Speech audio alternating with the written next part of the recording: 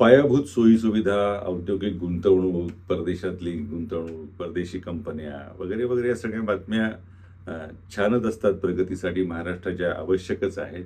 पण या सगळ्यामध्ये एक घटना मात्र खूप दुःखदायक ठरतीये. तिच्याकडे आज लक्ष वेधणं आवश्यक ठरतं.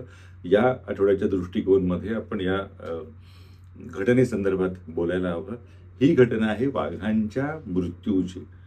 जानेवारी महिन्याच्या 2025 सालच्या जानेवारी महिन्याच्या पहिल्या 3 आठवड्यातच जवळपास 11 वाघ वेगवेगळ्या कारणांनी त्यांचे मृत्यू झाले.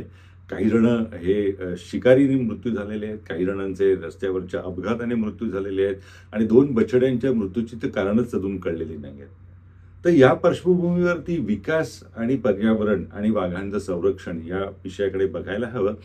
कारण कोणीही असं म्हणणार नाही की विकासाला महत्त्व नाही आहे, वाघांचं आयुष्य जास्त महत्त्व, विकास महत्त्वाचा नाही आहे. निश्चितच महत्त्वाचा आहे. पण त्याबरोबर विकासाची किंमत आपण काय मोजणार आहोत याचा सुद्धा एक आपण आपल्याला विचार करायला हवा. एकतर वेगवेगळ्या चांगल्या उपायांमुळे 2000 सालापासून जे घेतले गेले त्याच्यामुळे वाघांची संख्या वाढलेली आहे. 444 वाघ आज महाराष्ट्रात आहेत. मग त्यावेळेला जर त्यांचा जो एक बफर झोन असतो वाघांसाठी, एक मूळ कोर एरिया आणि मग गाभा जंगलाचा आणि त्याच्या बरोबरीनं त्यांना हिंडायला जास्त जागा मिळावी म्हणून एक बफर झोन असतो. त्याच्यातनं वाघांना जगण्यासाठी बाहेर पडावं लागतंय.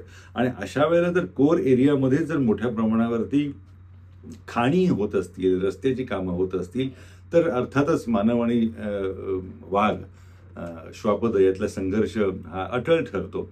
आणि विशेषतः मला असं वाटतं की या खाणींसंदर्भात आपण एक मुद्दा लक्षात घ्यायला हवा की जगात विकसित देशांमध्ये या बंद खाणींचा पर्याय निवडला जातो. म्हणजे वरनं पृष्ठभागावरनं काही फरक पडत नाही आणि जमिनीखालनं खाणकाम केलं जातं.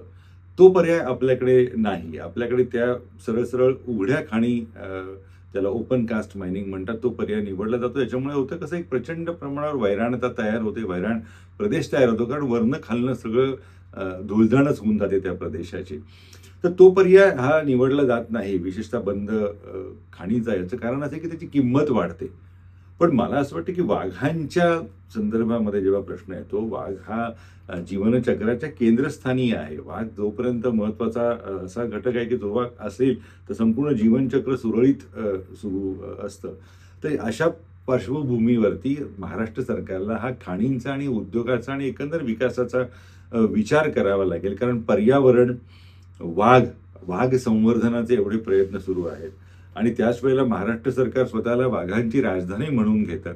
असं असताना या वाघांचे जीव एवढ्या मोठ्या प्रमाणावर जात असतील तर मला असं वाटतं की आपली विकासाची धोरणं काय याचा विचार महाराष्ट्र सरकारला करावा लागेल.